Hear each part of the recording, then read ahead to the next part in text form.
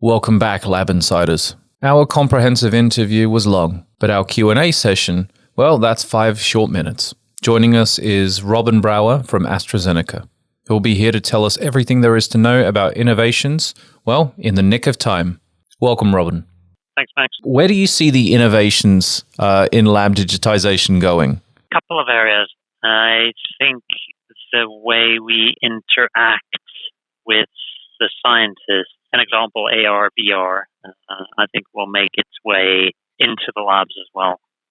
I think there's true benefits that we potentially not fully understand yet. But think about it, right? You have a scientist maybe gloved up. How do you actually interact?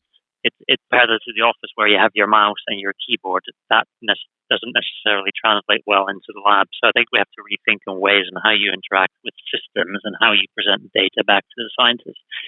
That sort of usability is hopefully where we'll see some great innovations. We spoke at length around data. Obviously, there's steps to be taken there as well to verify our data. Automation we spoke about.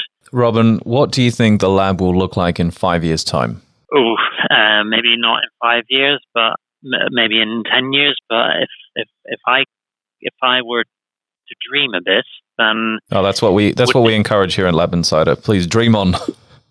Wouldn't it be nice if it becomes like a modular, composable thing that you as a scientist, you can almost dictate or direct or compose from from wherever in the world. You tell what kind of experiment, what you need for that experiment, and it auto configures to that, and beep in your mobile tells you when it's completed and your result is there. That would be fabulous. And that doesn't necessarily have to happen on your particular site that you're based at. It could happen anywhere in the world. I guess there's a whole bunch of things in there around modularity, standardization, how is the data collected, how do we make that available, verification of the data, cloud, I'm from IT, so how do we do that in a cloud environment? That would be my dream.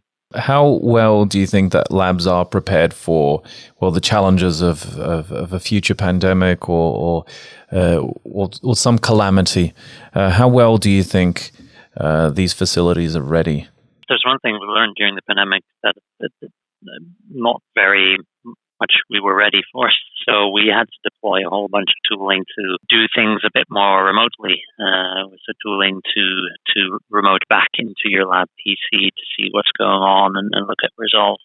So we've done that, but there's still whole. If you look at the human side of it, if I'm a scientist and I have a set of experiments, if I'm not there tomorrow, then who is there to pick that up from me because I might be sick or something? How do we ensure that knowledge is visible at all times in some system somewhere, right? That somebody else can pick it up and continue. I think we're far away from that, to be honest. What is the most important thing that you think needs to change? Data. Yeah, really boring, but data. Actually, I shouldn't say that as boring. It's really not.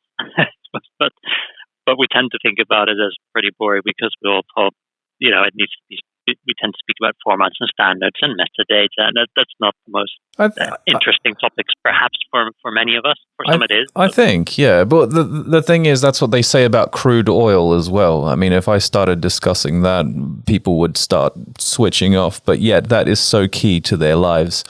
Data just happens to be just one and the same. And I think my point is that cultural shift for everybody to realize that these are assets in their own rights. The data that I'm producing, the data that I need to take care of, are assets until I actually make them assets, and not as something that I have my result. I'll write it up, and we'll move on to the next thing. But for AI and machine learning, we need to feed it with the right data, and for that to happen, we need to think about these important things. So, that needs to be ingrained in all of our heads whenever we're producing some data. Yeah, I think it has a lot to do with the cultural shift. Do you have any advice that you'd like to share with fellow lab managers, particularly those entering the workforce? From an IT perspective, I always there's so much to do, so many exciting big things, but don't forget the smaller things. Agile, quick wins, delivery, win the trust. Because these big topics like data, for instance, right? If you haven't fixed the printer cable for them, they won't have me as I can't come to the scientists then and win their trust to have a more, decent discussion around data. So, you need to have the basics in place. You need to have the right team set up that can help them on a daily basis with their struggles in terms of data movement or formats or what have you, or systems. Once you have that, then we can have more, strategic discussion of what, where are we going? What are some of the technologies you're looking at in your particular lab? So that would be my advice. Don't forget we all like the big topics, but don't forget about the bread and butter topics. Is there any reading, any particular media that you've been sinking your teeth into recently that you'd be willing to share with us here? It's an old book, but I'll say it anyway. It's a book called Good to Great, and I think it's called Why Some Companies Make the Leap and Others Don't. So it's a management book, and it describes how companies transition from being good to great companies, and why is that fascinating book. And have a read. Some good insights in it. Robin Brouwer, thank you very much. Thank you.